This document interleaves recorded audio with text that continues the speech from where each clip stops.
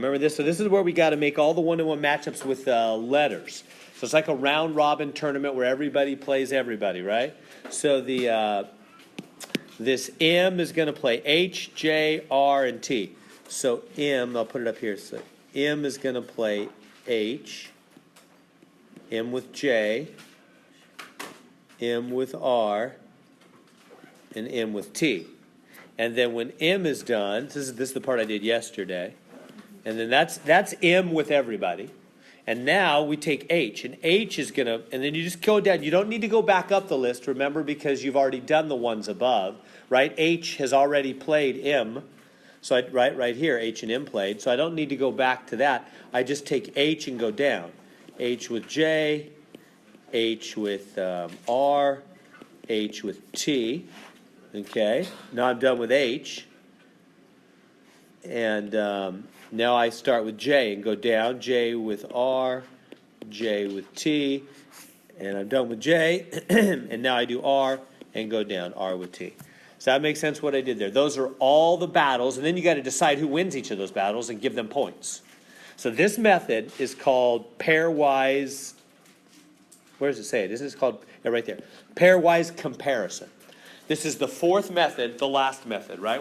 So we're going through 4 different ways of voting, right? We're trying to determine what's the fairest. What's going to really tell you the will of the people? That's the point of voting, right? You have this big group, and you want to know who do they like best? Who is truly the will of the people? And it's more than just who you like best, right? Because if some people like this guy best, but everybody else really hates that guy, then maybe that's not the will of the people, right? We learned that you got to put down more than just your first choice if you want to get to the will of the people faithfully. So we learned 3 methods yesterday. We did the plurality, which is just your first choice. We like first. That's the national election. We did the what did we do? Board account with points, and then we did the round by round. What's it called? Plurality with elimination. We eliminate like they do for the Olympic Games. Know which city. Anyway, now here's the fourth one. This is called pairwise comparison because they match up in pairs, right? Like a round-robin tennis tournament or something.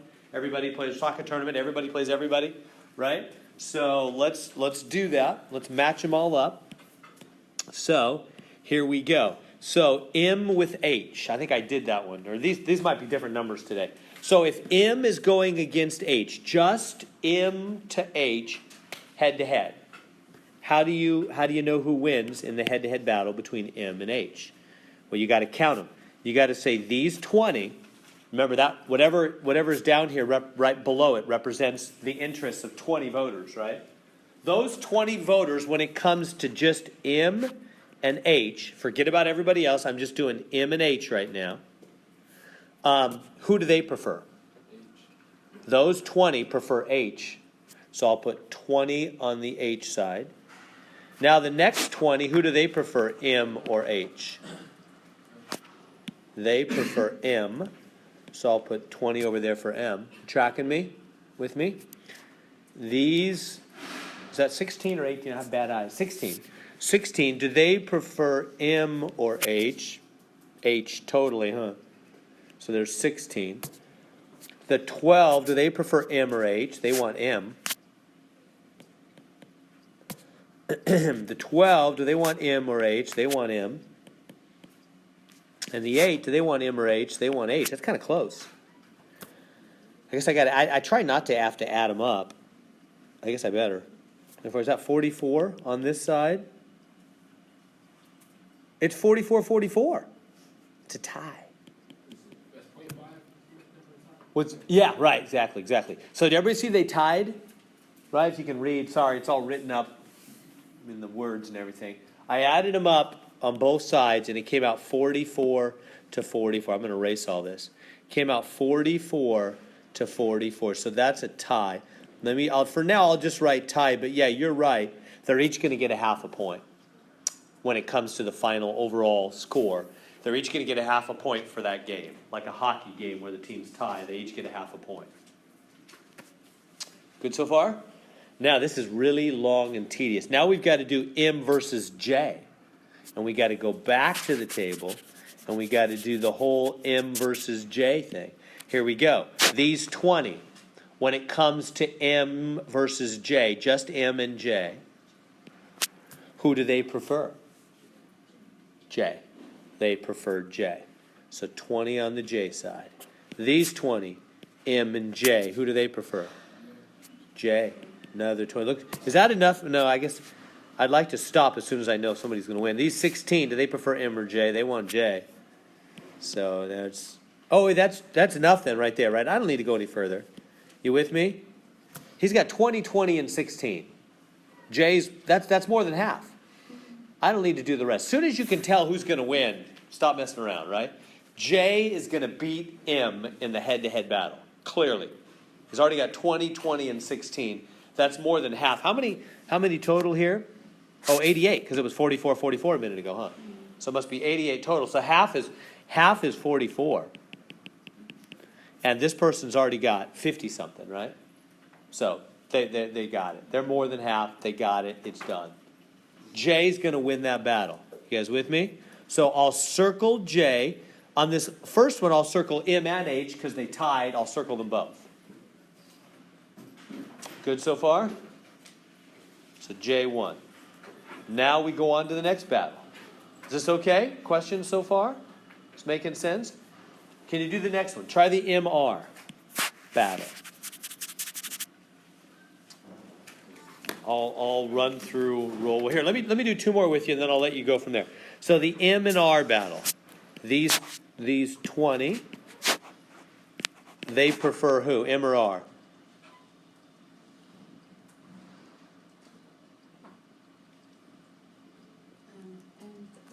M. Everybody with me? I'm starting over again, right? This okay? I'm making sense for you? So I'm starting over again. I'm doing an M versus R match now. The first match was a tie. I circled M and H. The second match, J won. I circled J. The third match, M and R are battling now. So I look over and I add up all the voters who prefer M or who prefer R. Just M or R. So the first 20, they prefer M. The next 20, they like R better than M, don't they?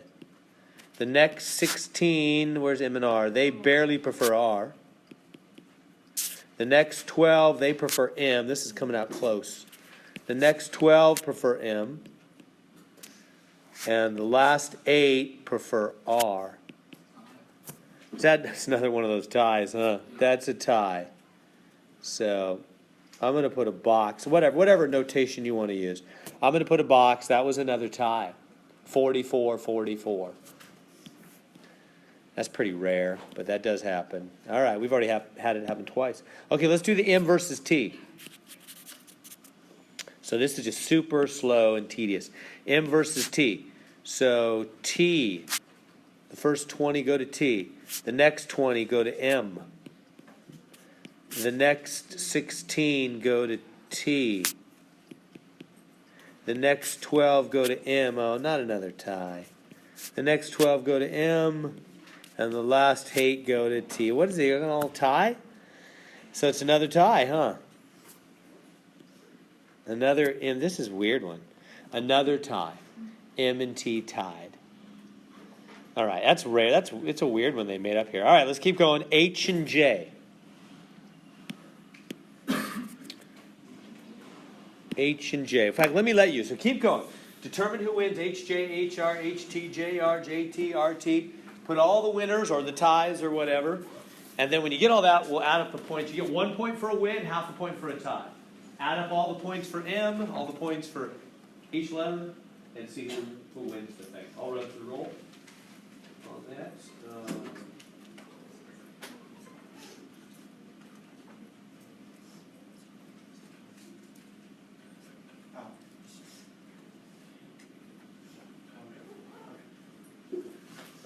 Briquettes.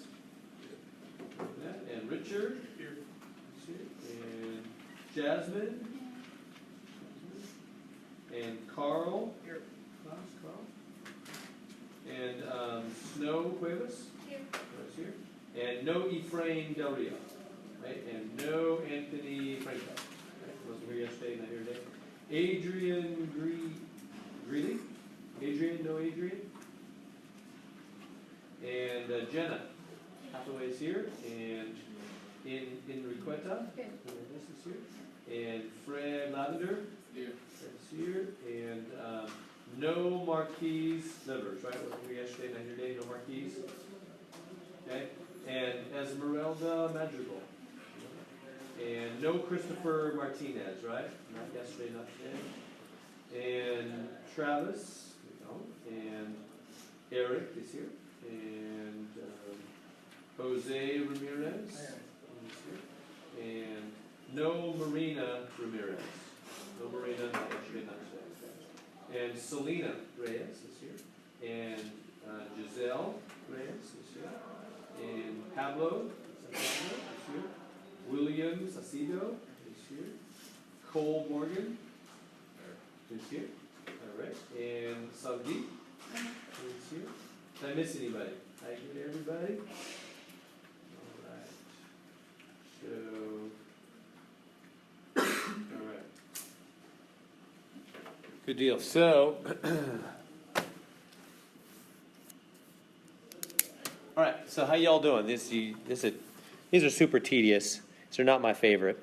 H is of the 20. H and J. H over J. 20 for H. 20. J over H? Not another tie. 16 H. Oh yeah. 12. Who's again? H and J. Where are they? H and J. J wins the 12. 12. J wins. And 8. H wins. It's a tie. Right? This is such a weird problem. All right. They tied again. Does it? Okay. Here, I'll go through it just so everybody can see it.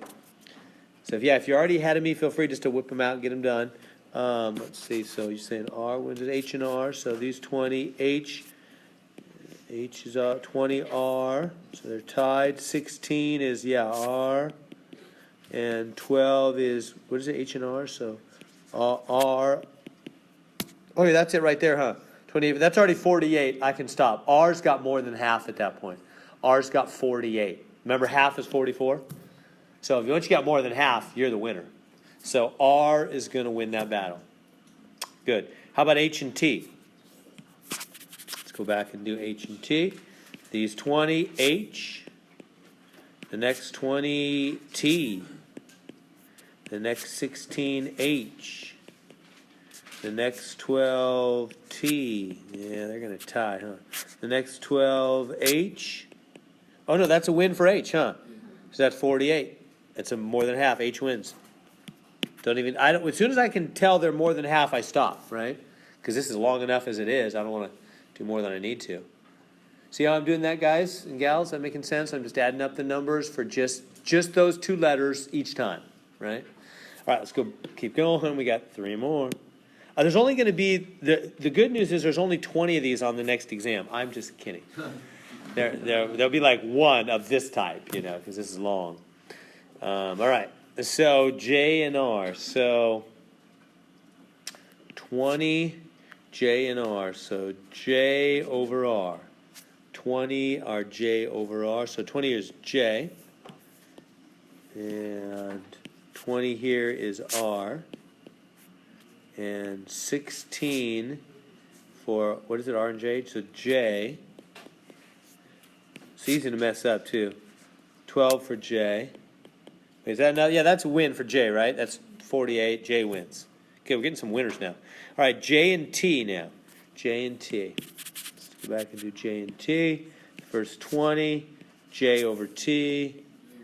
The next 20, J. Oh, J's already got 40. Next one, oh no, there's T. Here comes T. 12, T. Oh no. 12, what are we doing, J and T? J, there, J wins it.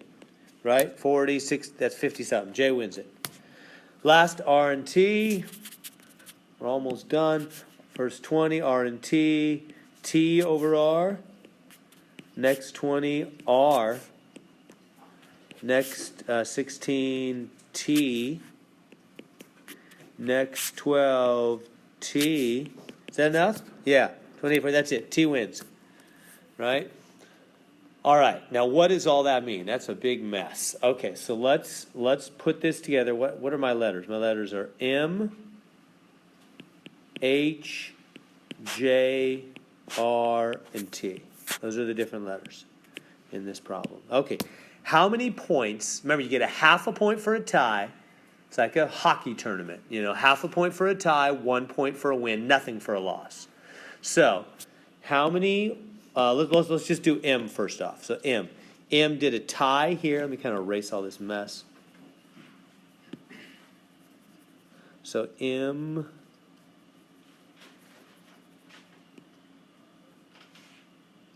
All right, so M did a tie, a tie, a tie. Did M ever win alone? No, that's it. That's all the M places. M did 3 ties. So, They lost in J. they did. So you get nothing for that. Right. Yeah, so they never won. They only get points for winning and tying. So yeah, I skipped their losses. But you're right. They did lose to J. So they got 3 ties. So that's a half plus a half plus a half. In other words, 1.5, 1.5. I don't care. Decimal fraction, whatever. It's all good. Make sense so far? So M has 1.5 points. 3 half-point ties, right? Let's go on to H. What did H do? Looks like H tied. And then here H tied. And then here H won. So H has 2 ties and a win. A half, and a 1, that's 2. 2 points for H. Does that make sense, what I just did for H, right? H has a tie. The boxes are ties. Tie, tie. Right? You guys okay with it? You want me to write them or something? Tie. This is a tie. This is a tie. This is a tie. This is a tie. All those boxes are ties. So, yeah. So H got 2 ties. 2 ties, a loss, and a win. So 2 half points and 1 point for the win, nothing for the loss. So they're half, plus 1, 2. Let's go to J. Is this good? Question so far? Making sense? Go to J. J won here. Where else is J? J tied here. So I got 1, I got a half. Where else is J? Here's J. J won again. And J won again. Oh, J's the big winner, huh? 3.5 points. J never lost. 3.5, 3.5. Yeah, whichever way you want to say it. Right? Keep going. So that's J. Let's do R. Where is R? R tied, a half a point. R won, 1 point. R lost, and R lost. So 1.5 for R. Finally, T. Where's T? T tied, it's a half. T lost, T lost, T won. 1.5. Whew. There we go. All right, so there's the points for the different letters. So who wins?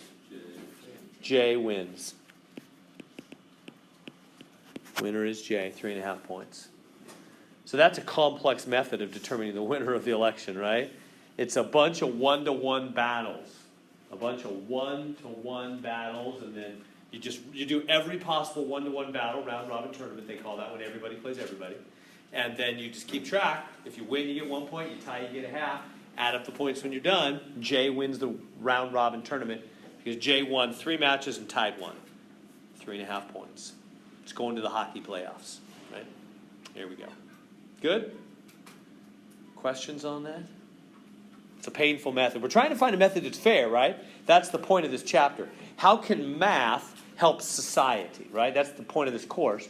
How does math work in the real world to help us do things? This would be to help us vote fairly. So, is this more fair than other methods? Well, we'll talk about it. It's certainly more painful than other methods. Let's talk. So remember, this was on YouTube. So, like, if you missed class, or Eric, you weren't here yesterday, so it's on YouTube. Want to go to YouTube? Yes, everybody know? These are stored up there. Where's my pen? Let's use this one. So, it's on YouTube. That's what I'm doing right now, is storing the lecture. YouTube.com. Just search for my name. I'm famous on YouTube. I'm gonna quit my math teaching job pretty soon, just live off my YouTube royalties. I'm kidding. I don't know really even how that works. But yeah, so youtube.com search. So anyway, these lectures are up whenever I finish them. You can go back. All right, so with that said, let's do this problem. So this one's probably the trickiest one we've done. So suppose you're doing pairwise comparisons with 5. That's what we just did, right? Pairwise comparison with 5. So let me write them out real quick. It would be A versus B, A versus C, A versus D, A versus, right? I took A and I had A play everybody, right? It's round robin. Everybody plays everybody. So there's A playing everybody. Then who do you start with next? B. And you just go down the line. You never go back up the line because you've already played the people up the line, right? So start with B, go forward. C, D, E. Now start with C and go forward. D and E. And finally start with D, and that's just D, E, and you're done. So my point in doing that, I'm not gonna figure all those out. I'm glad too. How many? I just want to see how many there are though. How many total games would be played in the round robin tournament? There's 4 here, 3 here, 2 here, and 1 here. Add those up. 4, 3, 2, and 1, 7, 9, 10. 10 games, right? 10 games will be played in a round robin tournament with 5 players or 5 teams. They put 5 teams and you have a round robin tournament, everybody plays everybody, there's going to be 10 games. That's what I just figured out, right? Every game will result in 1 point for the winner, or half and half for the tie, so that's a total of 1 point still, will be given out from each game. You tracking with me? I'm trying to get a total point scheme here. There's going to be 10 points awarded in this tournament. You agree? Because every game will award somebody 1 point, right? The winner will get a point, and the loser will get 0, so that's 1 point. Or, if it's a tie, each team will get a half, half and half, that's 1 point passed out as well. See what I'm saying? It's making logical sense? So every game will hand out 1 point exactly, either by 1 and 0 or half and half. And there's 10 games, so we're going to pass out 10 points, right? So what? Why do I care about all that? Well, because that helps me get to the bottom of the line up here. See what it's saying? Where is it? A loses 1. So let me write down what that means about A. So if A loses 1, how many must A win? I don't know. Let me keep going. B loses 3, so B loses 3. Wait, I need more room here. I am totally running out of room. So let me try again. So we got A here. I'll do A and I'll do wins and losses for each of these. So A, what did they say about A? A loses 1. B loses 3. D loses 1 and ties 1. Win, loss, and tie. D loses 1, ties 1. And E loses 2. What does he do? Loses 2 and ties 1. So win, losses, and ties for the 5 letters. You with me so far? Right? This is A. This is B. C, I don't know anything about. D and E. Right? Wins, losses, and ties. Good so far? Now, can I fill in the gaps?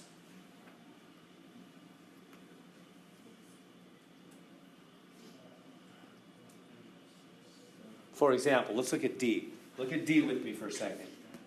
If D lost 1, tied 1, do we know how many D won?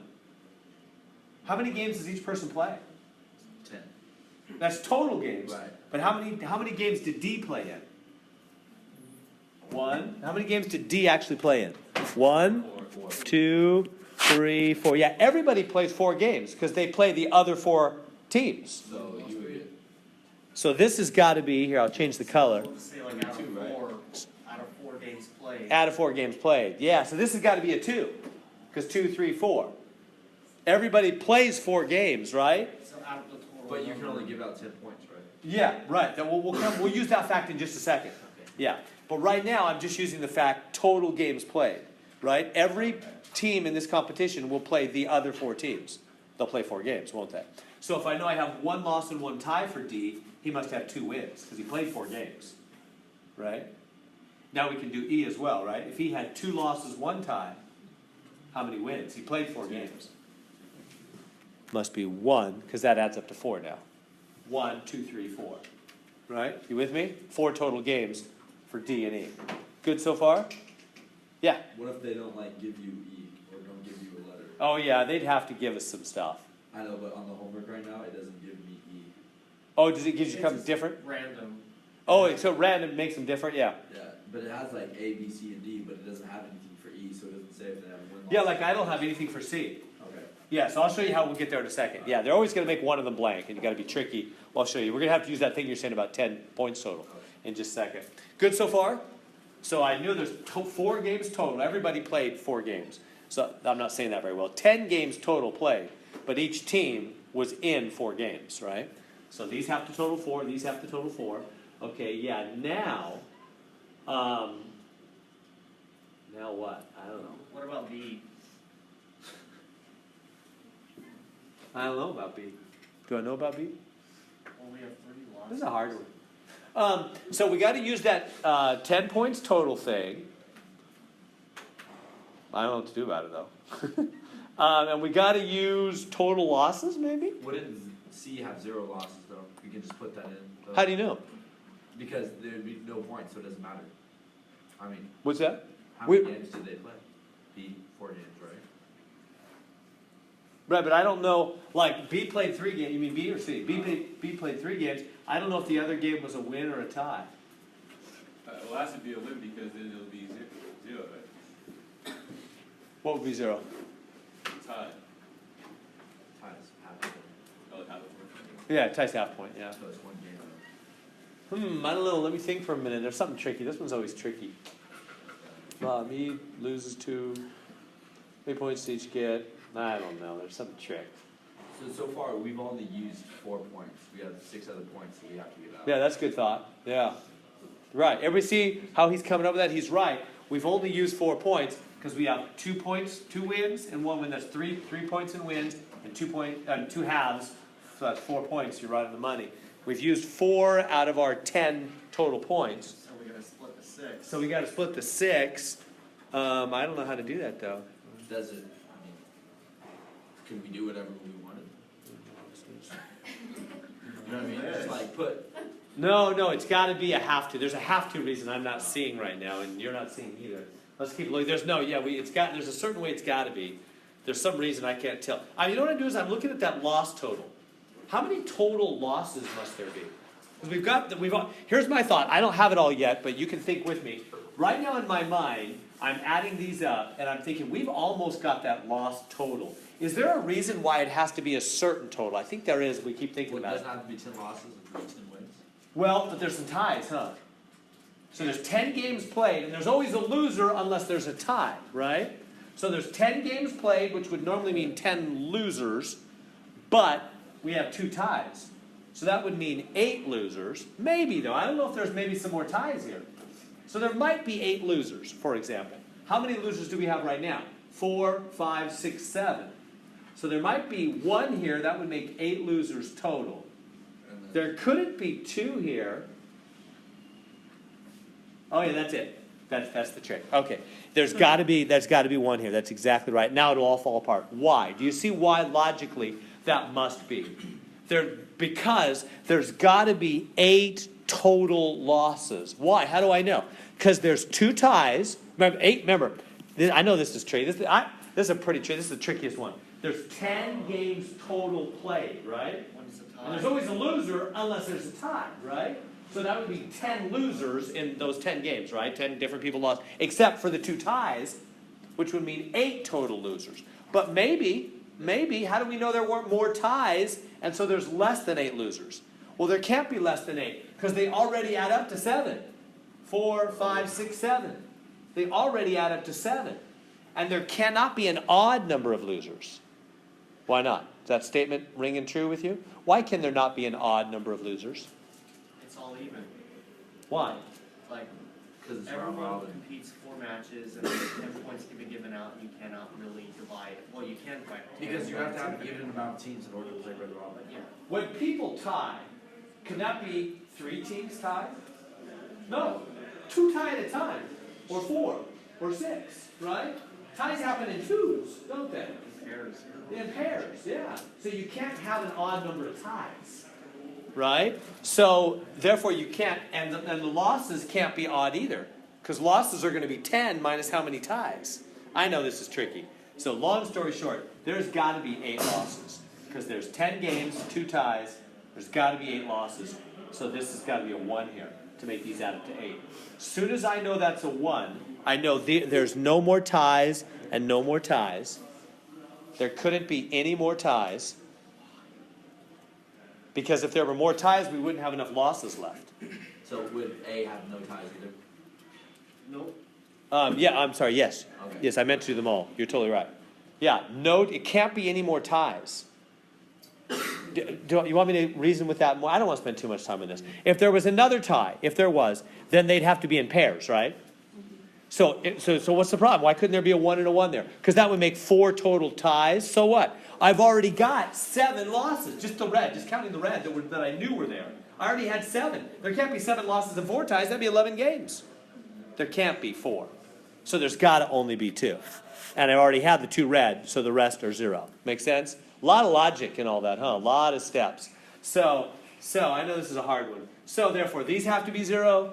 This has to be 1 tie to make it even. All right, so now we can do the other numbers. That's pretty tricky. Because now we know every team played 4 games. So it's 3, 1, 0, right? To make 4 games total. And 1, 3, 0 to make 4 games total. And 3, 1, 0 to make 4 games total. Right? You with me on that? Now I know everything. I can do the points. I can do everything. So how many points did A get then? 3 wins, no ties. How many points did A get? 3 points. Well, that's a 3. How many points did B get? Are you with me? Am I talking to myself up here? Is this making sense? Have I lost you? Are you sick of this problem? I'm a little tired of the problem too. So look at B. B had 1 win, 3 losses, no ties. How many points did B get? 1. Just the 1 for the win, right? You get 1 point for win, half for ties. 1 for the win. How about C? Here's C. 3, 1, and 0. How many points C get? 3. 3 wins, right? How about D? 2, 1, 1. 2.5 or 2.5, however you want to say it. I don't care on the test, either way. And E, 1, 2, 1. 1.5. 1 point for the win, half a point for the tie. Has to be. Who's the winner? Well, A and C tied for first, didn't they? Yeah, looks like a tie. Anyway, so that was pretty tricky logic. You had to think about the total number of games, 10, and 10 losses total, therefore only 2 ties, all that. So like on the homework, the loss column adds up to like already an even number. Would you still have 8? Is it always 8 losses? Well, you have to look at the ties. If you already have 2 ties, yeah, there can't be any more. We have 2 ties, so it'd be 0 losses. Yeah, the rest has to be 0. That's right, because it's got to be 10 games total. You're right. Yeah, exactly. All right, so there we go. So let's leave that one. That was a hard one. That's a more difficult question.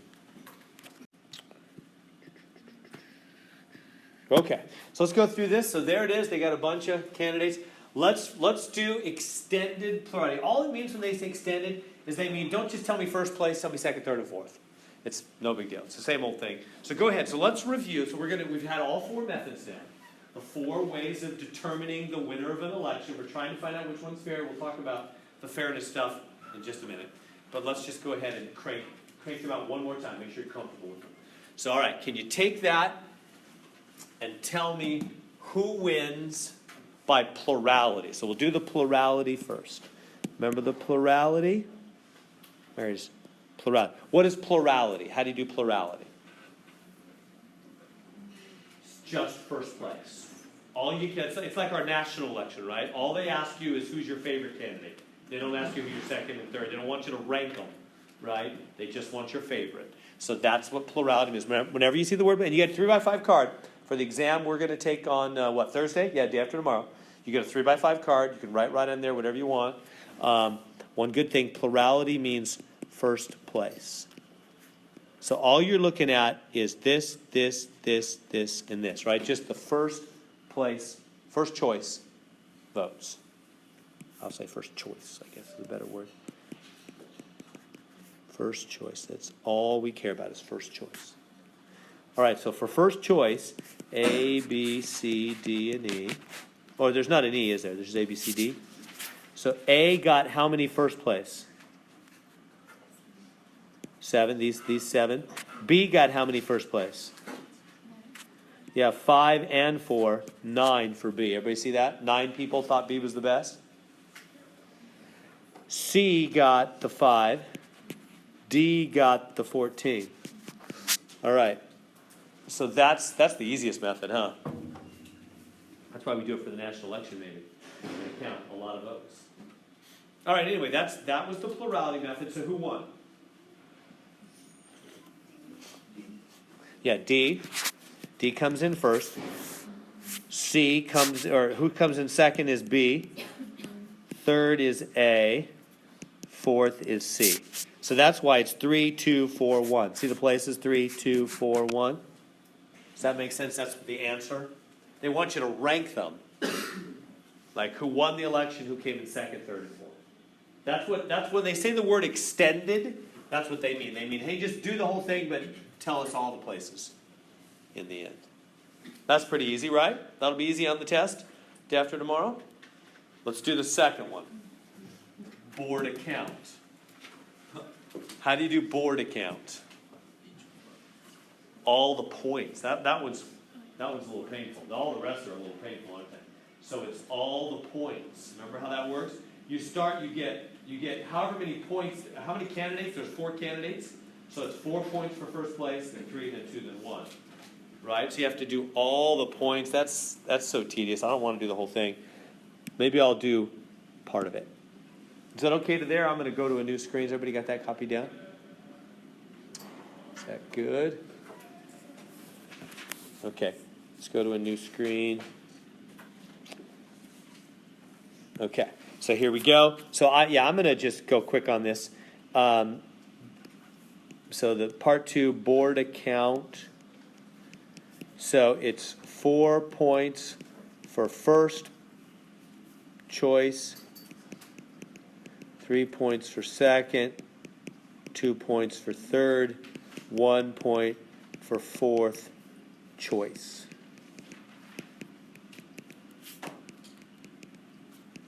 So you always get as many points as there are candidates. All right, so here we go. So let me just do A first off. How many points does A get? Let me just figure out. I'll just do A and then I'll say you got it from there. If you don't got it, grab me after class. So A. So how many points does A get? 14 people. Remember this number at the top is how many people voted this way, right? 14 people thought D was the best, followed by C, then B, then A. So 14 people put A last. So A got a 1 point 14 times. 1 point 14 times. Either way, 14 times 1, 1 times 14, whatever. Does that make sense so far? 14 people gave him 1 point. These 7 people, the next group, the 7 voters, how many points did they each give A? 4 points, right? Because they put A at the top, right? They put A as first choice. And so those 7 people each gave A 4 points. It's like a GPA, right? A, you get 4.0, C is a 3, B has a 3, C is a 2. It's like a GPA kind of thing, right? The 5 people, they gave A 1 point each. And the next 5 gave A what? What did A get from those next 5? Those 3 points. Yeah, 3 points, right? Because 4, 3. So 5 times 3. Those 5 people each gave A 3. And then over here, A, those 4 each gave A 2 points, right? So you just add that up, whatever that is. Just use a calculator. Definitely, I encourage you to bring a calculator. No cell phones on the test, right? Don't come on Thursday and say, Mr. Turner, all I've got is my cell phone. I'm going to say, that's too bad. I warned you about that. So can't use cell phones, right? Cell phones, you can take pictures. My kids are telling me, I don't keep up with technology. My kids tell me, you can take pictures of problems now and it'll just Wolfram and those programs will just solve it for you from a picture. So we can't use cell phones in class. So you got to have a calculator that's not a cell phone, right? So have a calculator with you and crank these out. And somebody got a number for me? I don't know what it is. 42, 47, 50, I don't know. 50, 62, might be 70. Is it 70? So A is 70. So A got total of 70 points. And then you figure out B and C and D, and whoever gets the most points wins, and second is second place, etc. Is that good? You okay on that?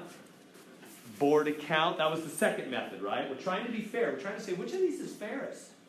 What's the fairest way that really determines the will of the people? Who do the people like best? So there's the plurality thing that just takes in their first choice. We got the board account, which gives points for all their preferences. C, let's do C, extended plurality with elimination. So, can we do that one? See what you remember about that one. Let me let you start. Rather than me doing something, you'll get more out of it if you see that you don't remember it at all. No, maybe you do remember some of it, even though it was just yesterday. See what you remember. See if you can do part C. That was the last one we did yesterday. See what you remember. Need to look back, feel free. I'll do it in a second. See what you can remember.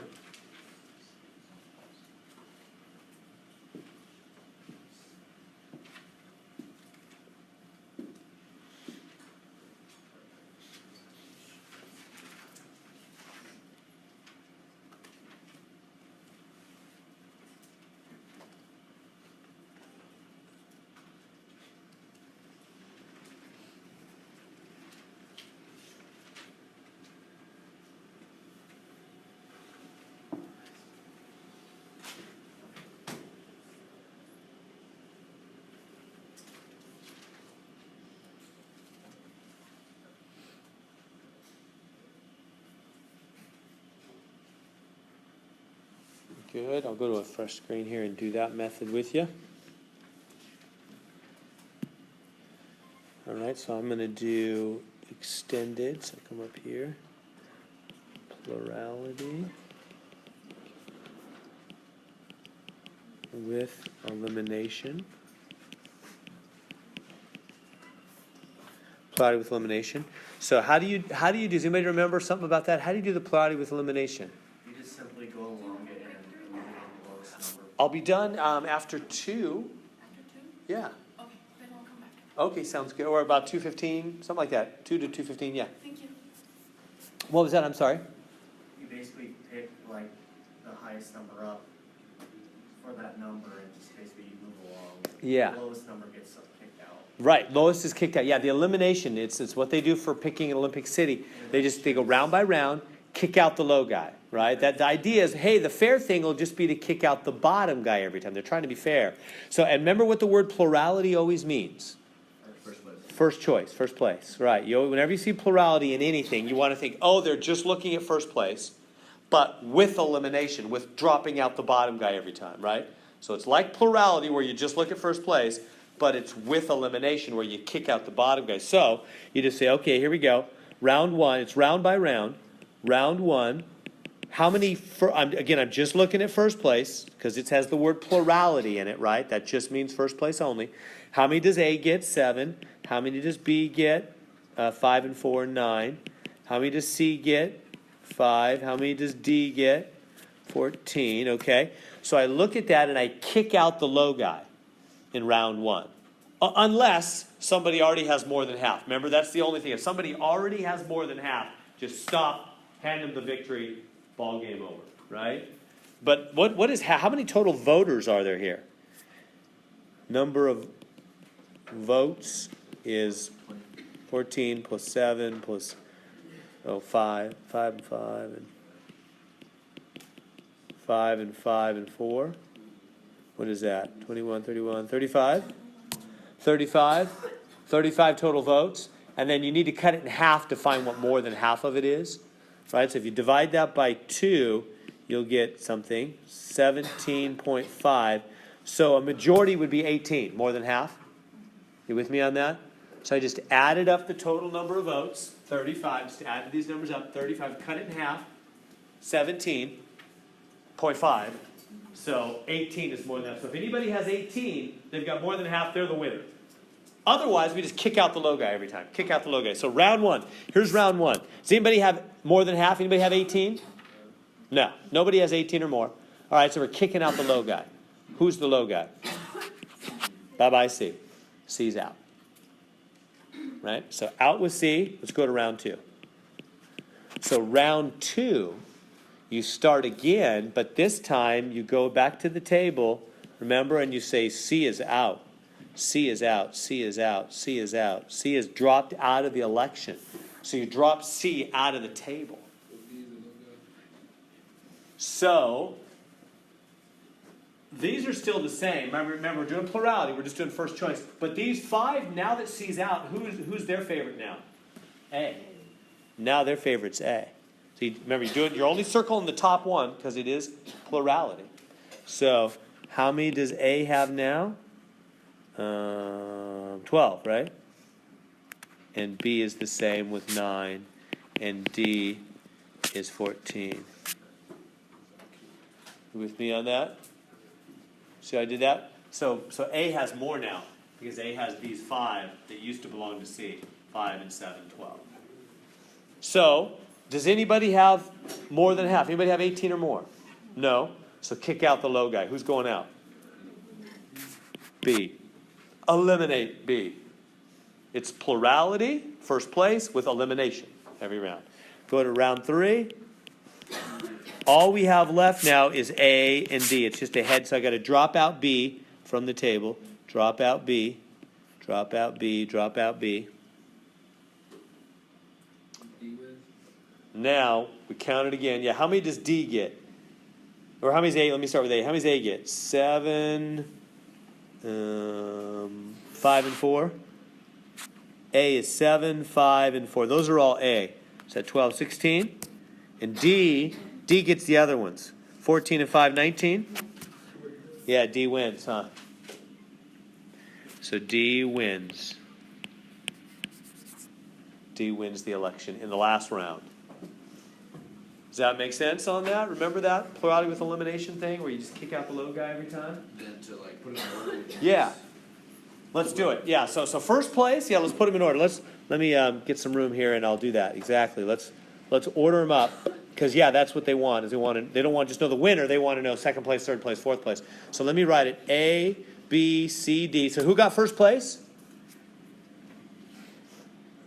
D, right? D got first place. D was the winner.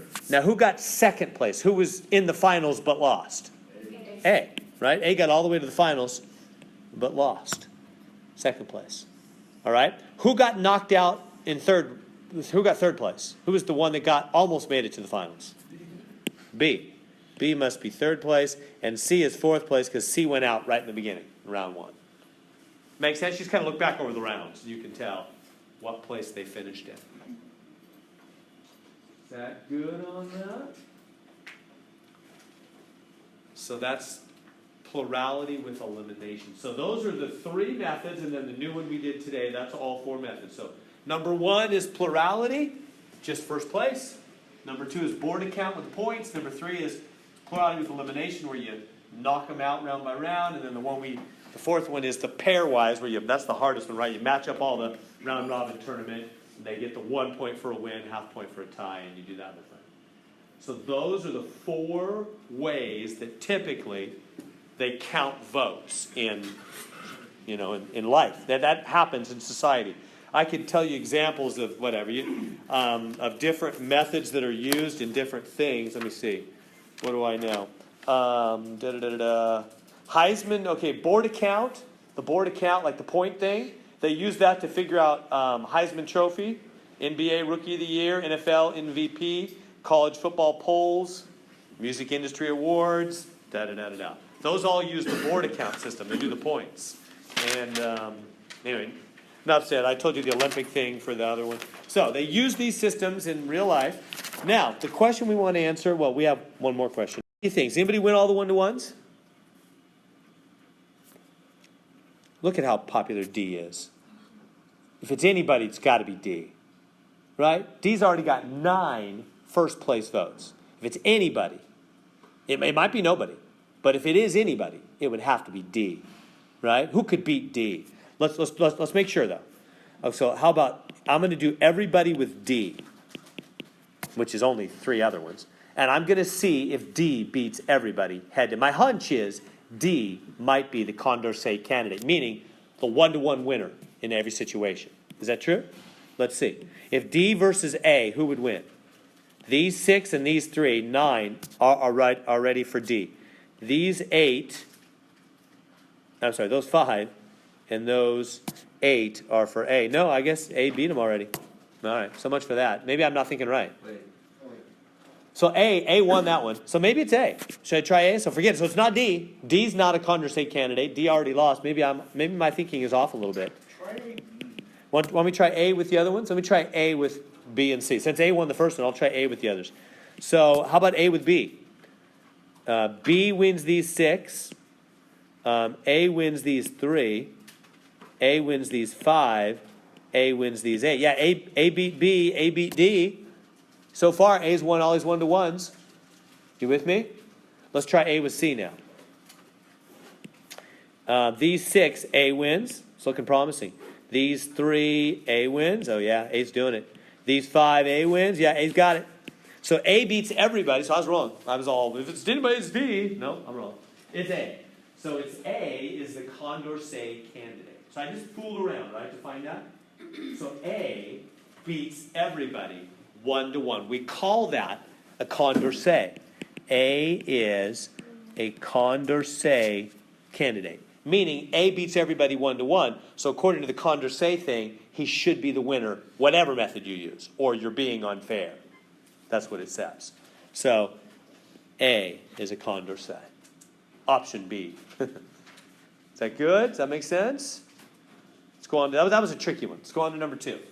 The ranking of the candidates, extended plurality. So you know how to do the plurality method. I don't want to do that again. That would just be do the plurality method, right? Just do the plurality method and see what the answer is. Let's do number 3. The ranking of the plurality with elimination. That's knock out the low guy, right? You could just do that. I'm going to move on. We've done that. I'm going to show you the weird. Okay, so how about number 6? Election is held among 4 candidates. Using voting method, we will call X. The winner is candidate A. You got to read these careful. Due to an irregularity in the original vote count, a recount. As soon as you see that, guys, you know what you should be thinking? Recount, do-over. Which of these talk about do-over? I would probably write this whole page on my 3x5 card. These 4, in your own words, you know, these definitions and then this table verbatim, probably. Anyway, which of these talk about like redoing something and the results after redoing? Isn't the last 2? I got it wrong last time. Yeah, the last 2, right? Monotonicity, right? And voters change their minds, or somebody drops out. It's these last 2. It's got to be one of those last 2 that they're talking about in this question, right? So let's see which one it is. Due to regular, did a recount before? Oh, somebody drops out. Somebody drops out. Which of these talk about somebody dropping out? That's the D. That's the irrelevant, right? See the words? One or more are removed or drops out. Same thing. That's the irrelevant. Independence of irrelevant one. So there it is. D. See that? So you got to have this on your 3x5 card, right? Unless you want to just memorize them. All right. Number 7. Arrow's impossibility theorem. I haven't given you that. Let me give that to you right now. You know what the conclusion is to this search for a fair method? None of them are fair. All 4 methods have various aspects that do unfair things. Things that we all would agree are just not fair. All 4 voting methods we researched had an unfair result, one way or the other. So what does that mean? Is there a fair way out there? no. Do the mathematicians need to keep searching to find some new way of, adding up the votes, some system that will always be fair, that will not violate one of these 4 fairness ideas, right? Because all these other 4 methods all violate one of these 4 fairness methods, ideas. Is there, so maybe the math people still need to research. Actually, no. The search is over. Arrow, who was a mathematician in the 70s, proved mathematically, with very complex math far over my head, that it doesn't exist. I think it's weird that math can prove things like that. It's actually been proven that no such voting system could ever exist that would not violate one of these four. There's no such thing. So the search is over. There is no fair, perfectly fair way to conduct voting. Arrow proved it. So it's called his impossibility theorem. He proved there never will be any voting system that is completely fair. Every system you make will have to violate one of these four. So what does that say now? Did you understand all those words? Let's check it. Does that mean in every election? No. As soon as they say that, stop. That doesn't mean every election's unfair. These methods just could be unfair. That doesn't mean they always are unfair. You see the difference? We're talking about weird things like when people drop out and stuff like that. We'd like them to never be unfair. They're not always unfair. That's silly. B, that every voting method can potentially violate each one of the four? No. They don't violate them all. Right? That's saying every one of those methods violates all four. No. C, every election, no, not every, forget it, don't even read anymore. D, it is impossible to have a voting method that satisfies all four. There it is. D, it's impossible to have a voting method that satisfies all four fairness criterion. That's the answer. Does that make sense on that? Arrows, impossible. So write that on your 3x5 card. Well, it's on this sheet somewhere too. 8. Plurality with elimination method satisfies. Now here's where you just use this table. It says plurality with elimination. So where's plurality with elimination? What does it satisfy? What does it say? Look at the table. Right in the middle, you see it? Plurality with elimination satisfies what? Majority. Satisfies majority. It violates monotonicity and Condorcet. So let's see. It satisfies. Now they don't have majority here, do they? No, they do. C. Oh, majority. Now, well, careful. Is it just majority? It's not Condorcet. It says right on the thing it violates Condorcet. So it's not Condorcet. It's not monotonicity. It violates both those. It certainly doesn't do all three. Yeah, so it is majority. It is C. Be careful, though. Look at the options. It is C. It satisfies majority. All right, so just have this table, and you'll have those points. Number 9, the plurality method violates. So what does it violate? Condorcet, it says, right? There it is. Condorcet. Good on that? It's just right on the chart. Plurality method violates Condorcet. All right, I'm going to keep going. Let's talk about a weighted voting system. Okay. Consider the weighted voting system. All right, so we're in a new chapter now. The exam we take on Thursday will be on both these chapters, chapter 1 and chapter 2, both these chapters. So here's the second part, chapter 2. This is all about what's called weighted voting. So there's different systems. Well, how about in the last election, isn't it true, do I remember right, that didn't Hillary Clinton get a little bit more of the popular vote than Trump did? Yes. More actual people, right? Then why did Trump win? Electoral college. Electoral college. That's weighted voting. In other words, when you get California, for example, you get all of California. We're the biggest. Where are we? 58? 55, that one is? Electoral votes, right? You know, a lot of people are going to talk about breaking up California, but for now, it'll probably never be broken up, I don't think.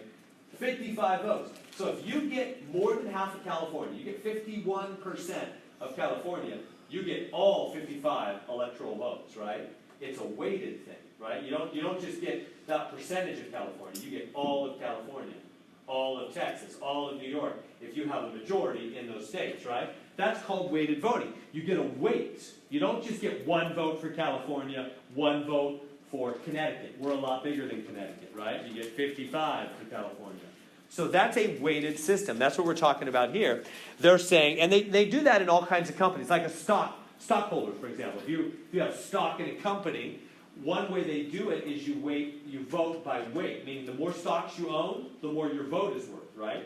Not everybody has equal vote. The more you own, the more your vote is worth, right? So this number here, the 29, that might be somebody's weight. Not their physical weight, but I mean their money weight, how many votes they can cast. right? Based on what they own or whatever, right? So if they own a lot of stock, when they vote for the company to do something, their vote is worth 29 votes. And the next person has a little less stock, they're worth 25, 17, 12, 6, and then 5 for the person that doesn't own as much stock, for example. That's called a weighted voting system. Now, what's the 68 in the front? That's called the quota. That's the quota. That's how many votes it takes to pass anything. And they can make that number whatever they decide to make it in a company or in a government. So that's the quota.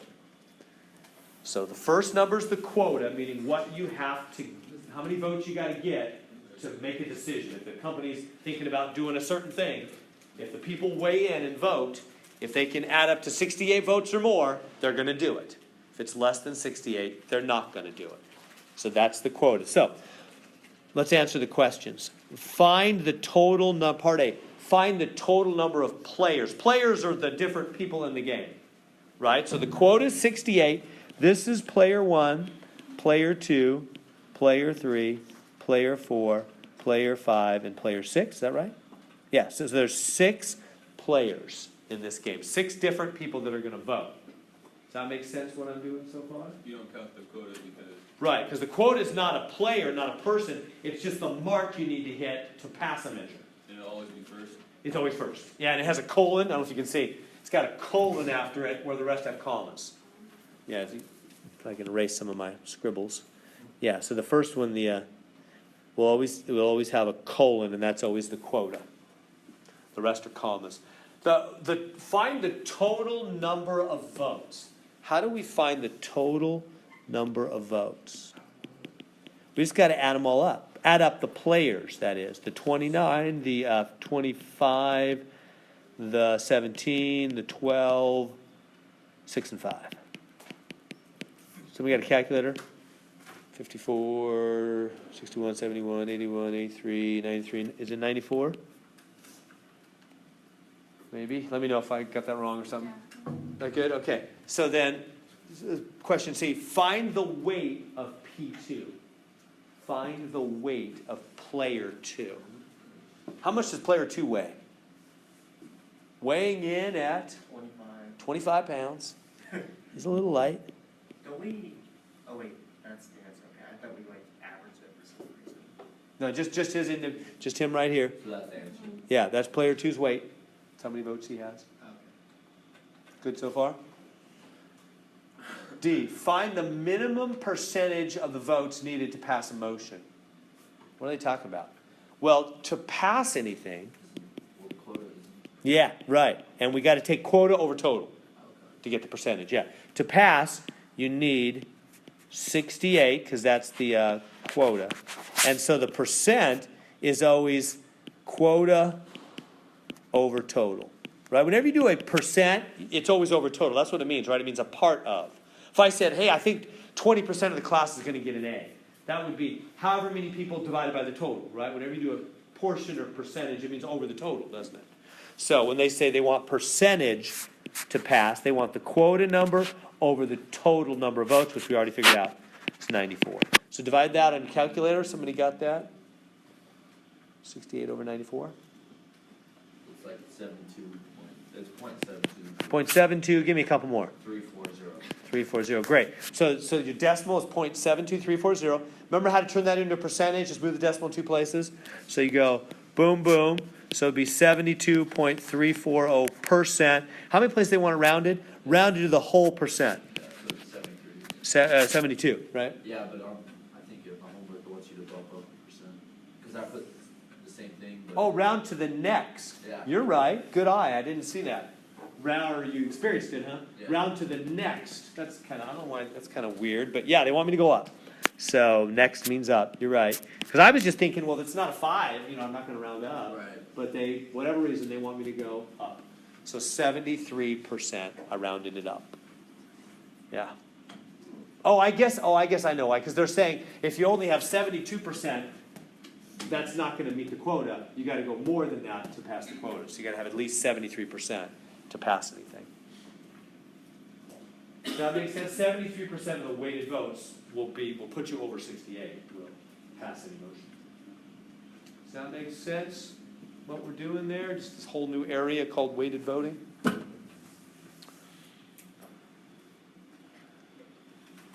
I move on? We good with that?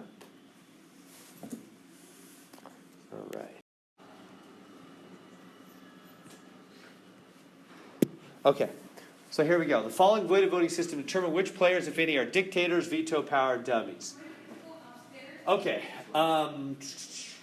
Yeah. Before I do that, maybe maybe let me get you. I just want to give you a feel of this system so these questions make a little more sense, and I think are a little more interesting. Let me show you what I'm talking about. Think about this for a minute. What if, let me just make up an example and try to make sense of this for you. You and 3 friends decide to do a stock company together, to investment company, okay? And each friend invests, let's say, $10,000. You're a little short on cash, just a little bit, so you only invest $9,000, right? And the people, your group ends up saying 1 vote is $1,000. Let's just say, typical system, right? So, and it takes, let's say, 30 to pass anything. So 30 is the quota, 10, 10, 10, 9. This is you, and these are your 3 friends. Okay, and this is the quota here. Okay, do you understand what I'm saying there? Does that make sense? So you're say you and some buddies are putting together like a little investment group. You're going to invest money in stuff together, because if you pool your money, you think you can be more effective. So you each buy in for $10,000. Your 3 friends each do $10,000. You come up with $9,000. You throw it all in a big pot, $39,000, and you guys buy property or do whatever. Okay, and you decide, well, we're going to make decisions as a group of 4 people. We're going to make decisions as to whether we should invest here or invest there. We'll do whatever we're going to do. We'll make 30 the quota for making any decision. And since your friends each did 10,000, they get 10 votes each. You did 9,000, you get 9 votes each, because you have less money in the pot. You have a little bit less decision-making interest. So, what do you think about that system? Does it seem fair? Yes, no? Why? What do you think? Are you being given a fair shake? Yeah. You're given a vote for every $1,000, 9,000. I mean, you're less. You have less in than your friends, so it seems fair at first glance. But yeah, some of you guys are already looking closer. Look closer. It's horribly unfair. It looks fair at first. It sounds fair. That's the point of this chapter. Systems can look fair at first, just on the surface, you know. But when you look down, when you do the math a little bit, you realize something. Think about it for a second. If that's the system, what does it take to make any decision? Like to invest in something, or to make any decision for the company, for the 4 of you. What does it take to make that decision? Well, that's what the quota is, right? 30. It takes 30. So how are you going to get 30 votes? Think with me on that. How are you going to get 30 votes? Well, your 3 friends Already have 30. they have 30. So they have to want to do the thing. So they Well, what if one of your friends says, no, I don't think that's a good investment. I'm going to step out. And the other 2 friends, hey, let's call them A, B, C, and U. If A and B say, no, this is a good investment, let's do it. And you join in and say, yeah, let's do it. And only C is like, nah, I don't think that's a wise move. I'm going to step out. Will it go? No, that's only 29. 10, and U. That's only 29. The system agreed it would be 30. So it's blocked. That's called veto power. Right? It's what the president can do to block anything he doesn't want passed. Right?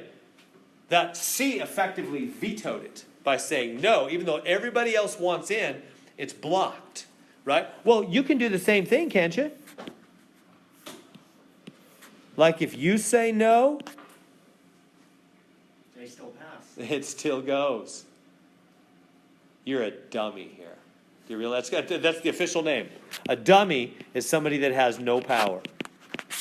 Do you realize in this system, they might as well give you 0. You have absolutely no say ever.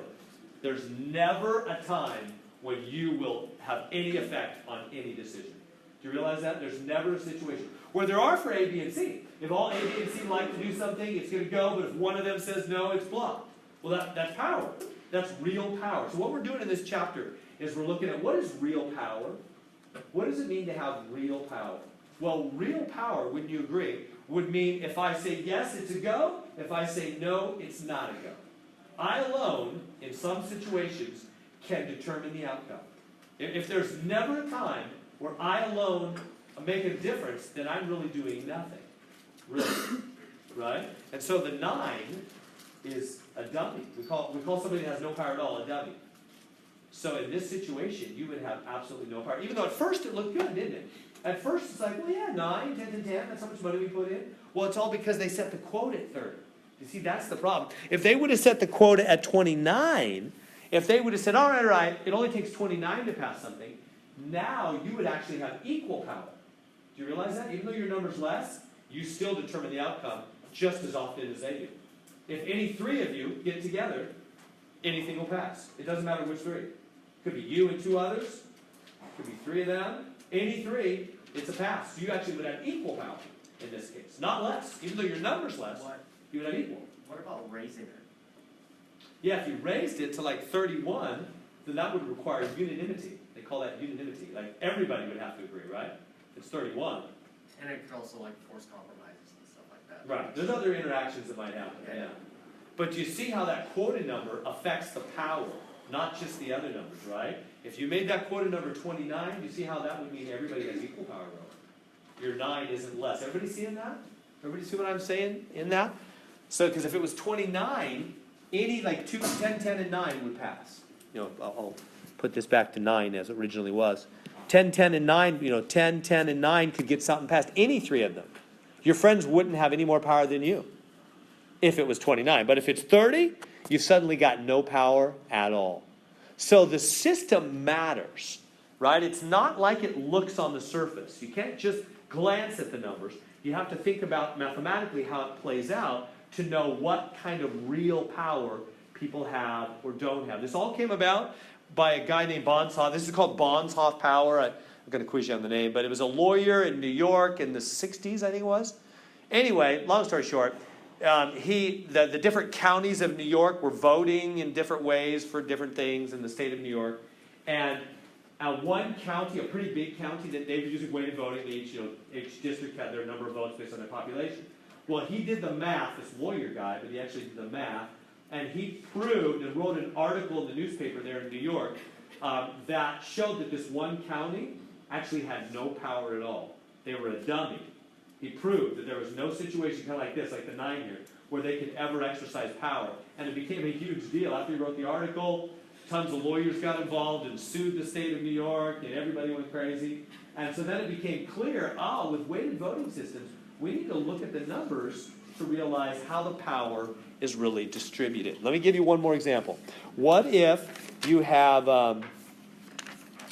where's my example? There it is.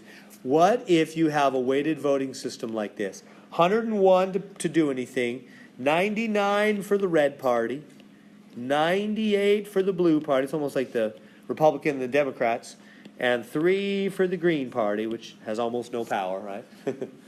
So it's kind of like American politics there. So what do you think about that system? So the quote is 101. Again, this will be our last example of just getting a feel for this, and then we'll get into the details. So just think with me about that for a second. So red party, like Republicans are red, right? The Democrats are blue, and Green Party, kind of like that maybe. So 101 to get equal pass. So think for a second, how does the power distribute in that kind of a system? It sure looks like red and blue have almost all the power. But is that really, at first glance, that's what it looks like. But is that really true? Think about how they would get anything passed. How much does it take to pass anything? According to the quota, 101 to pass anything. So who could get something passed? Well, red and blue could certainly get something passed. Easily. but so could red and green.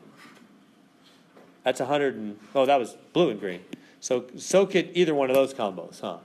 That's 101, that's 102. Do you realize those three have complete equal power in that system? Even though green's only got 3. Any 2 of those 3 get together, they get it passed. Do you realize that's complete equal power between red, green, and blue? Which is probably not what they meant to do, you know, right? So what the Green Party's hoping for, right? So you see the deal there. You see how that's actually equal power, which doesn't look that way at first, because the 3 looks like such a smaller number. But because of it's all about that quota again, huh? Because that quota is 101, it makes everybody have equal power. Any 2 of them can get something passed, can't they? Is that good? Okay. Now, let me go back and talk about a couple particulars. Let me go back to the system with the 30, the 10, 10, 10, and 9. You know what veto power is, right? Veto power is what the President of the United States can do. If the Congress passes a bill, right, and it starts moving on up, if the President says no, he alone can veto it. Even if everybody else likes it, the President alone can veto something, except, and then they have to go back and 2/3, they can overrule his veto. But in general, what veto is when one person alone can block something. So let me write that first off. So veto means when one player, we call them players here, player alone can block. One player alone can block something. So, looking at this system, if this one guy says no, can he block? Absolutely. Because they're only going to have 29 without him. Same thing with this guy. This guy has veto power. This guy has if he steps out, it's a no-go. If he steps out, it's a no-go. Those first 3 all have veto power. Meaning if they say no, it's not going to get passed. Even if everybody else likes it. Right? The 9 does not have veto power. If the 9 says no, the other 3 can still get it passed. Right? So that's one of the things they're going to ask me about is veto power. I've already told you what a dummy is, right? No power at all. And lastly, the last term used is a dictator. What's a dictator? Total control. Total control. All total power. Meaning he alone, without anybody else, can get things passed, right? So that'd be like if one of these guys was a 30. And it takes 30 to pass things. Well, then he alone decides what happens. Right? That'd be a dictator. He's got to be equal to the quota himself. Right? Okay, so those are the 3 things they're going to ask us about in the questions. They're going to say, does anybody have veto power? Is anybody a dummy? Is anybody a dictator? They ask us about those 3 things. All right, let's go on with the questions. So here we go. So here's the system. 25 is the quota. And here's player 1, player 2, player 3, player 4. So who are the dictators? Well, I've already answered the question. There's no dictators. How do you know right away that none of them are dictators? Nobody has 25. You got to have as many as the quota. Right, I'll just write that. No one has 25, which is the quota. All right, question 2. Who has veto power? Well, you can see the answer, P1 and P2. How do you figure that out on your own? Let me show you. 15, 10, whoops, that's a 7, huh? 7 and 2. So veto power is if you just take player 1, here's player 1, player 1, player 2, player 3, player 4. So if player 1 says no, how many do the others have without him? 19. 10 and 7 and 2, 19. Is that enough for those other 3 to pass the measure? No. 25 is what's required. So if player 1 says no, it's blocked. The other 3, even if they all want it, can't get it done. So player 1 has veto power. He can block it himself. Right? He's got veto. Now, let's go back and ask if player 2 has veto. If player 2 says, no, I'm out, can the other 3 get it done without him? 15, 7 and 2, what is it, 24? The other 3 have 24. They need 25. They can't quite get, see, I added up 15, 7, and 2. And it made 24, which is not enough to get it done. So player 2 also has veto power. If he says no, even if everybody else likes it, it's not getting done. What about player 3? Let me put him back over here. If player 3 says no, I don't like it, can the other 3 get it done? Yep. Yeah, because they're what? 27? They can get it passed. So player 3 does not have veto power. He can't block it himself. He would need somebody else to be with him in not liking it. He cannot alone block things, right? And once you know that 7 doesn't have veto power, of course 2 doesn't. You know, but how could anybody smaller have more power? They don't. So 2 doesn't have veto power either. So just player 1 and player 2 have veto power. Does that make sense on that? Just see that? Okay. Question 3. I can't tell what it said. That was got a little bubble in front of it. But it looks like, are there any dummies? Are there any dummies? And I don't know what the answer is. Let me go back to the other screen. Well, no, you got to do it for homework tonight, huh? Okay, I better do something tonight. All right, let's take a look. So consider the weighting voting system 17, 12, 10, 5, 2. What is the weight of the coalition formed by P1 and P3? Let's start there. So you know the players, right? This is the quota. This is P1, P2, P3, P4. Okay. So what is the weight of the coalition formed by P1 and P3? So P1 and P3 get together. How much power they got? 12 plus 5, 17? Just add up their power numbers, right? Their votes. That good so far? It's called a coalition. Co just means with. They just join together, formed a group, right? They're a group. All right. Write down all winning coalitions. All right. This is where I want to be of help to you. This is where it gets a little bit tricky. What we're going to have to do is do all possible combinations. So that requires a system. So let me write down what are my players? 12, 10, 5, and 2. Those are the 4 players in the game, right? The quota is the 17. I encourage you, I hope you're writing this down. This will be important information here. 12, 10, 5, and 2. And what I'm going to do is I'm going to write down all winning coalitions. This is a bit tedious, and it's the heartbeat of actually being able to do the full-blown Hoff power method. What our goal is in this problem is to actually figure out the percentage of Hoff power held by each of these players.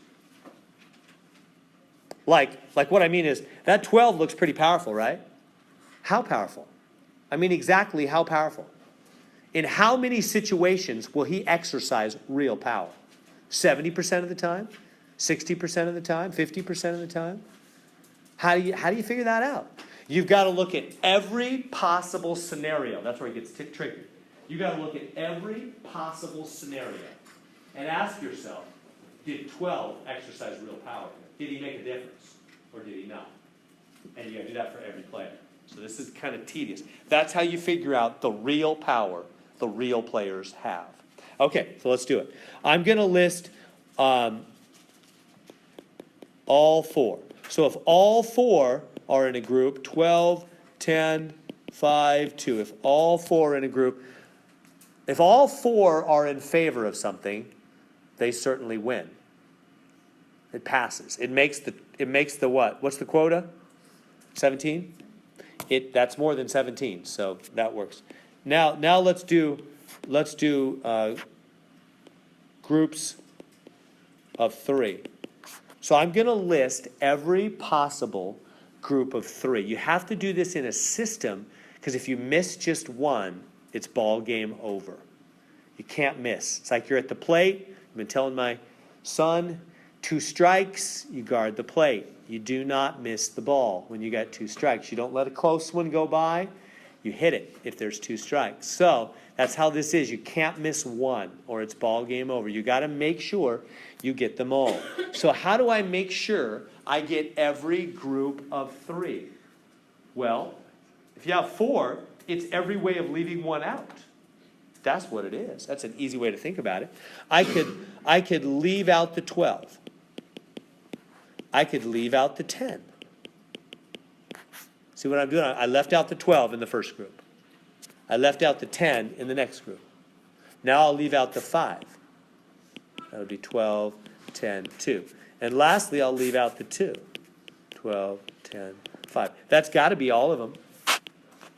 That's got to be all the groups of 3. Let me write this back the way it was. You guys tracking with me? Do you see how I know there are 4 groups of 3? Because there's 4 different people that can be left out.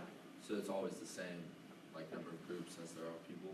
Okay, that's true, yeah. For the one shy of the whole thing. Right. Yeah. For one shot. For one shy, that's true. Yeah. So far, so good? That makes sense, right? Every group is missing one person. So there's 4 different ways to do that. Because there's 4 people you could be missing, right?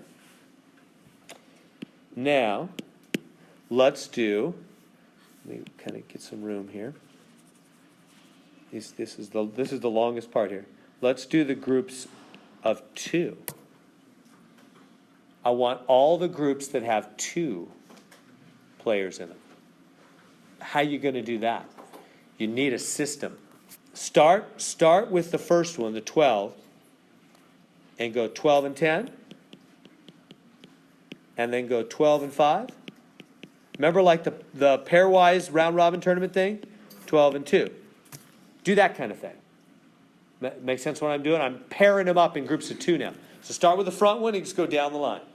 12, 10, 12, 5, 12, 2. And then start with the 10. 10, 5, 10, 2. I don't need to go backwards, so I've already done the ones before. And then start with the 5. 5, 2. That's every group of 2. I know I didn't miss any because I used a system. Boil it out, I guess. Kind of like that. Okay. Yeah. It's exactly what I did with the round robin matchup in the last chapter. Remember that? Just start at the front, go down 1 each time, and drop by 1. Keep going. That way you make sure you have them all. So we have every group of 2. Now, what are we supposed to be listing here? All winning coalitions. Not all those groups of 2 are winners. What do you got to do to be a winner?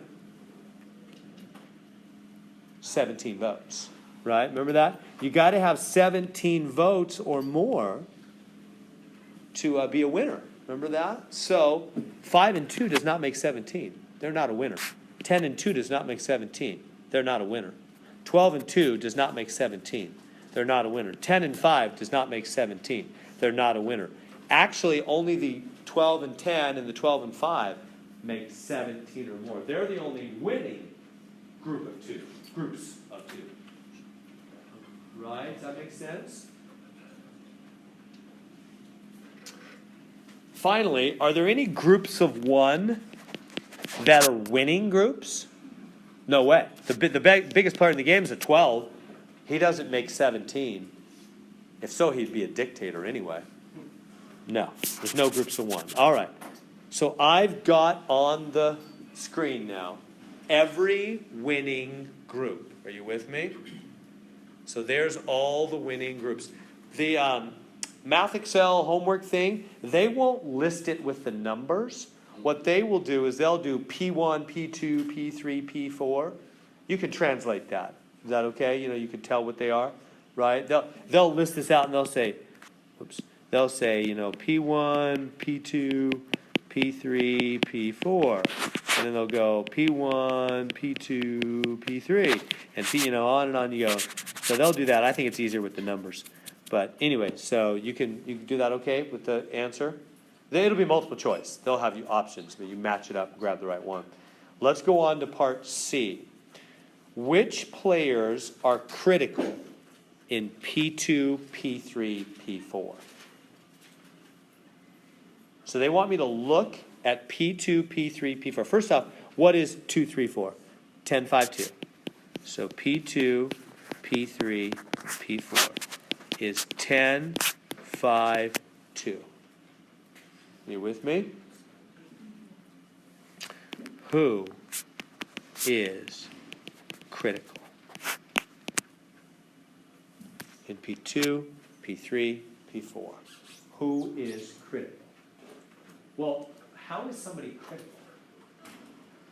It's like the main combination that That you makes all need these, yeah. to pass, right? Yeah. So, now, is 10, 5, 2 a winning group? I mean, if all together, all three of them. Do they pass something? Are they a winner? 10, 5, and 2 make, what, 17? So they make it pass, just barely, don't they? So, if the 10 drops out, do they still pass? No, they lose. So he's critical. They got to have the 10, right? Okay, so he's critical. We'd say, yeah, you're critical. What I'll do is I circle the critical guys. So he's critical. How about the 5? If the 5 drops out, can the 10 and 2 get it done without him? No. No, he is absolutely critical. If the 2, now the 2, is he critical? If he drops out, can the 10 and 5 get it done without him? No. He's actually critical also, right? Because they've only got 15 without him. Remember, it takes 17 to pass anything over there. So all three of them are critical, actually, in that scenario, right? All three are critical. So which are critical? All three. Finally, question D, find the Bons-Hoff power. So now we're going to do the whole thing. Let's do the whole thing. So everybody good with that last question? So now we're going to do that who's critical for every one of these winning coalitions. So here we go. This is the tedious and must be done careful step. Are you ready? Are you feeling sharp here at the end of the hour?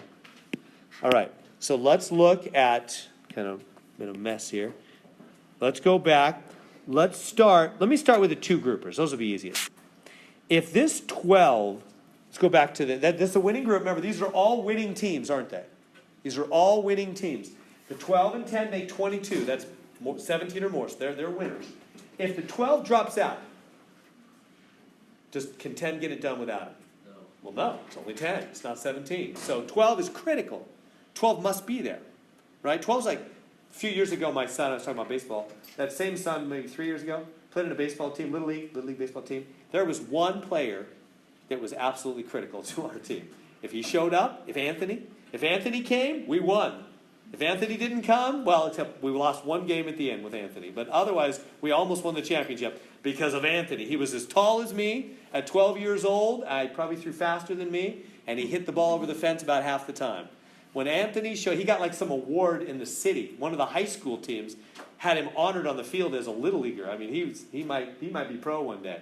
Anyway, he's very, very good. And I remember our little team, but yet he played on 3 teams in the city at the same time, so we never knew if he was going to make it to our game. We were his little low league. He played on travel ball and other kinds of big things. And so it was always like, hey, is Anthony coming to the game? We'd all kind of wait. And if Anthony showed up, we're like, hey, it's going to be a winning game, right? And if Anthony didn't come, we didn't win.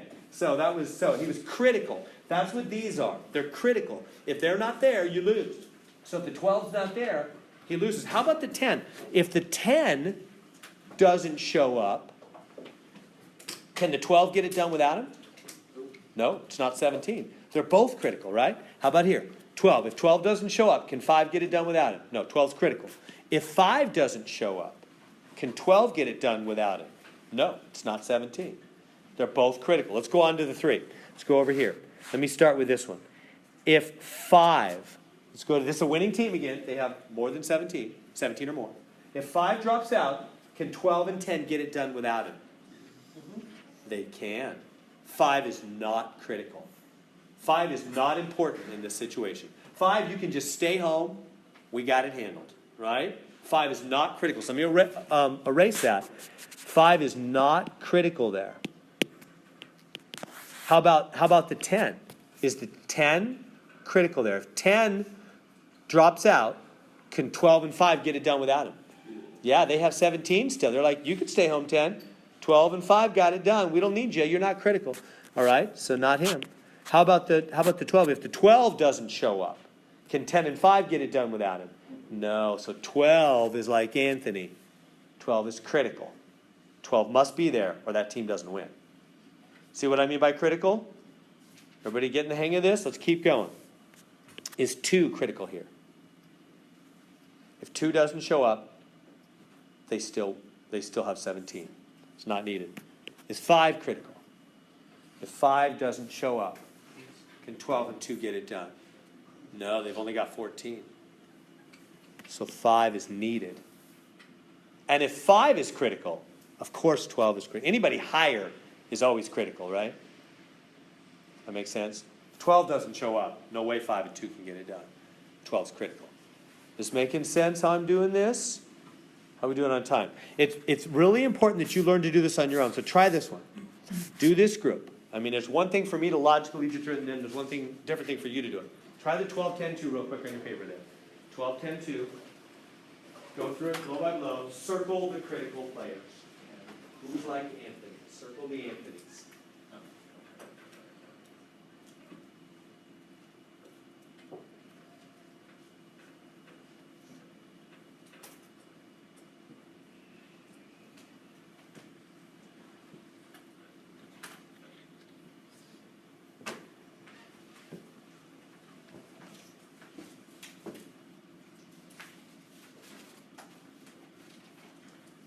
So let's go through it.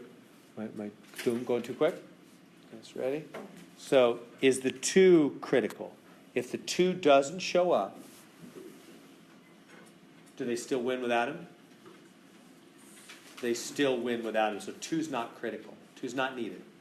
How about the 10?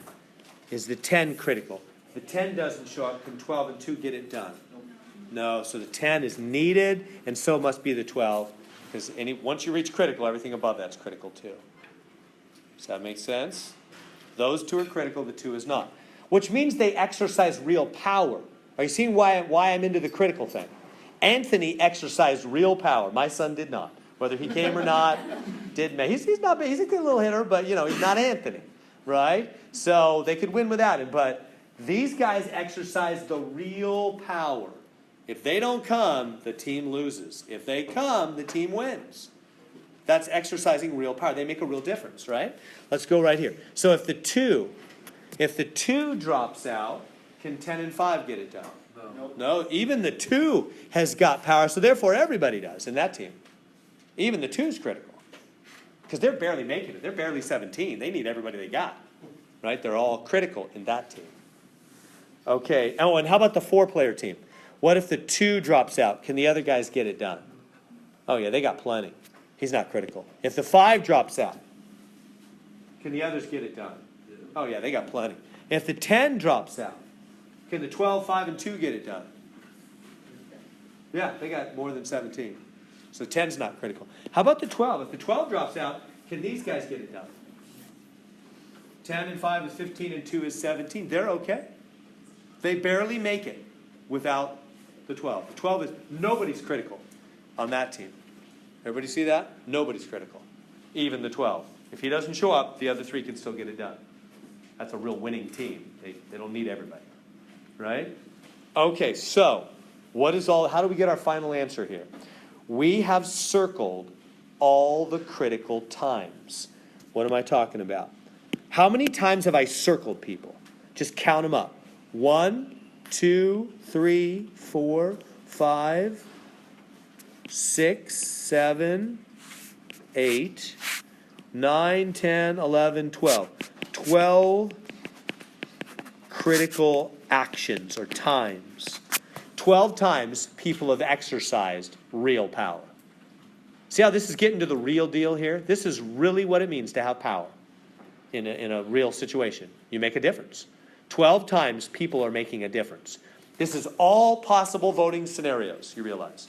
This is all possible, well, it's all possible winning scenarios. Those are all the times when people could make the team win by their presence alone. They could make a real difference. Real power be exercised.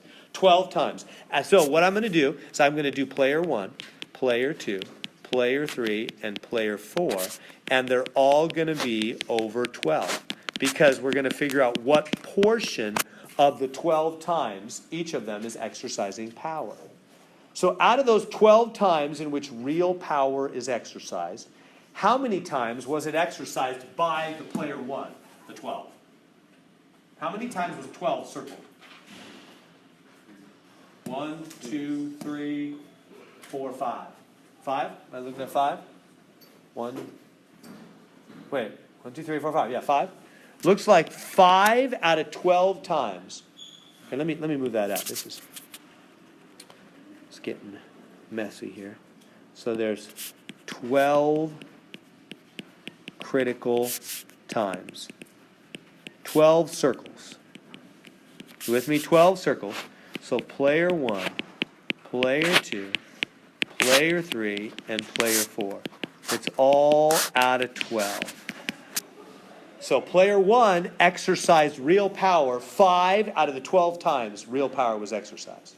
So divide that in your calculator. Somebody got that? What is 5? Or maybe they just want fraction. On tests, I don't care. Decimal fraction, whatever. Somebody have a calculator. What is 5 divided by 12? 0.417. Yeah, 417. So 41% of the time, or 42 or whatever, player 1 has that percentage of the power. That's his power level. He's got 42% of the power. That make sense? How about player 2? How many times did player 2 exercise real power? He's the 10. How many times was the 10 circled? 1, 2, 3. Looks like 3. 3 twelfths, 1/4. I can do that one. 0.25, that's 25%, right? 1/4. Player 2 has 25% of the power. 25% of the time that real power was exercised, it was player 2. Flexing his power, right? Player 3, which is the 5. Everybody see what I'm doing? Is this making sense? I'm just counting the circles. 5 is circled once, twice, 3 times. 3 twelfths, 1/4, 0.25 again. And finally, player 4, the little 2, just once, right? Just once, it looks like. And somebody had that? What's 1 divided by 12? Something small. 0.083. So 8.3% of the power. There it is. There's the power breakdown. Do you see how we did that? See how we got to the bottom of real power there? We found out what it really means to have real power. We circled, we wrote out every winning group, and for each of those winning groups, we asked who's critical on this team. We circled all the critical players, all the ones making a difference, 12 of them, and then we made all the denominators 12, and then we put how many times each person had power. That's their percentage of action. That's what Hoff did for the state of New York, the different counties, and he ended up showing that one of the counties had no power in any winning combination ever. No real power was ever exercised. The people in that county were like, our vote doesn't count at all? Doesn't ever matter what we say? Lawsuits. That's what ended up happening after all that. We have just a bit more. I want to finish. Okay, so question 3. All 3 players, so what we're doing, consider the weighted voting system. Find the smallest value Q for which. So this is hard. I'll just get you started on it. Basically, I don't have any real answer here other than guess around, play around. I know you probably hate to hear that answer, but that's really it. You just got to fool around. It says, okay, notice its smallest value for the quota, for which all 3 players have veto power. All 3. Well, when I get weird questions like that, this is honestly what I've learned to do in all the math science classes I took over all those many years of college, is I just learned to pop in a number. When I read some crazy math science question that I had no idea what to do, I would just go, I do not know. But don't just stare at it. I learned that didn't help. I tried that. That doesn't help. Just throw in a number and get going. Good things will start happening. Throw in, usually, not always. Sometimes I didn't at all figure it out. But a lot of times I just throw in a 20. Just 20. How about 20? I would just throw in a number and see what happens. Now, why did I pick 20? Well, I wouldn't do 10 because these are bigger than 10. It's got to be bigger than the players, right? So I just threw in a 20. I don't know what the answer is, but I'm going to start fiddling around and I'll start learning stuff. So Could it be 20, for example? Well, it says veto power. It wants all three to have veto power. Well, do they? If it's 20, do all three. Like, does this guy have veto power? If 12 says, I'm out, can the 8 and the 1, remember veto power means if you say no, it's blocked. You alone, everybody else is in, but you're out, you block it. That's called veto power. If the 12 says, I'm out, can the 8 and 1 get it done? No, he's got veto power. How about the 8? Does he have veto power? If he says, I'm out, can 12 and 1 get it done? It's like being critical. Same thing, huh? It's like being critical. 1, does he have veto power? If he says, I'm out, can 12 and 8 get it done? Yeah, 1 does not have veto power. And they wanted all three to have veto power. So the answer is not 20. You set them all up, huh? Wait, hold on. Well, it works this time. I don't think that does not, in fact, that does not always work. That only works when the last number's 1. And rather than rules, there's too many scenarios. So I would just go, okay, well, 20 didn't work. Let me try 19. Now, I know the answer over here is 21, but I wouldn't know that had I not cheated. So let me just show you how I would think. Because I'm more than the answer or a formula. I'm trying to give you the thinking. Because in the real test, it's going to be a different question. It's not going to be the exact same thing. It's going to test your ability to do what I'm doing. Put in numbers and think your way through it. That's really the skill here, right? That's what this class is for. You're not going to solve voting theory problems in real life, but you're going to think logically. So that's the goal we're going after. So 19. Would 19 work? Well, I don't know. Let me just start with the 1. Do you see logically that if the 1 has veto power, then everybody does? So I don't need to waste my time checking on the 12 and the 8. Just check the 1. If he's got veto power, everybody has it, and that's what we want, everybody to have it. So does the 1 have veto? If the 1 says, I'm out, can they get it done without him? Yeah, they can get it done. He doesn't have veto power. So I don't want to go lower, do I? I don't want to go lower. I want to go higher. Because I want the 1 to have veto. Now if he says I'm out, he blocks it.